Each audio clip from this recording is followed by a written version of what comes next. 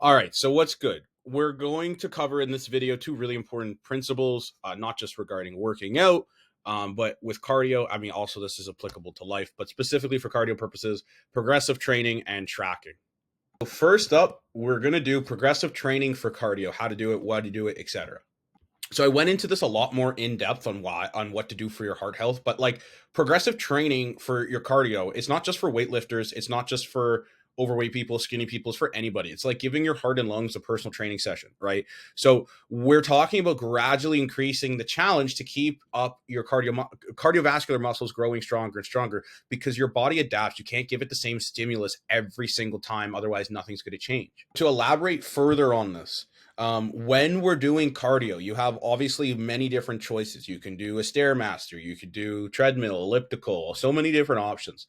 But regarding progressive training or progressive overload, that basically just stands for and this would obviously be the same thing for working out. Every single time you want to increase your reps, your sets, etc. But for the sake of cardio, the main thing that you can do would be increasing your intensity. There's really no benefit necessarily to increase the duration. The reason being, it kind of gets to the laws of diminishing return. What is the point of doing 45 minutes of something at like speed 2 when you could do 30 minutes of something at speed 3? It's much more efficient, effective. You're going to burn more calories. It's less taxing, it's less time consuming, right? So when we're talking about cardio and progressive overload, the main thing you can control would be the speed, right? The second thing you can control would be the incline, depending on it, obviously if you're doing a treadmill or not. And then the third thing you can control would be the technique or how difficult it is, right? So a treadmill is pretty easy. And then you can advance and go to like a StairMaster. You could go to a Jacob's ladder. That'd probably be the hardest one, right? I can give you more examples, but you want to not go from the blind to the ridiculous or 0 to 60. So now we're going to shift into tracking progress, why it's important, why to do it, how to do it, etc. What you want to do.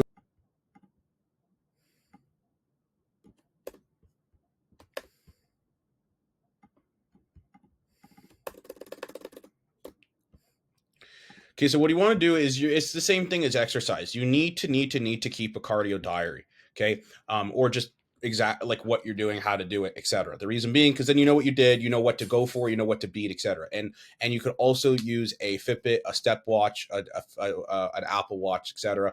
That's going to tell you your heart rate. That's going to be able to track your stuff a lot easier than you doing something with a just by a log yourself. Most effective ways you could do this, honestly, would just be to use an app or to use a watch.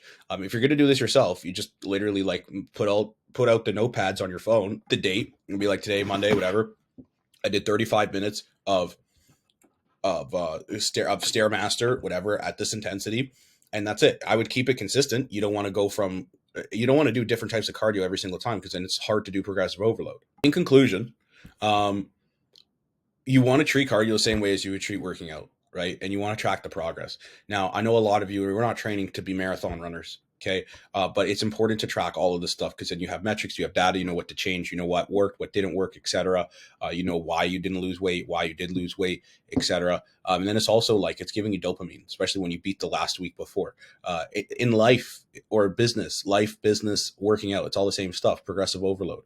What's the point of doing something if you're not constantly getting better day in and day out gradually? Even if it's like small, even if you're doing, 0.1% speed better than the week before, that's better than the week before, right? So always try to beat yourself, and that's the only thing that matters.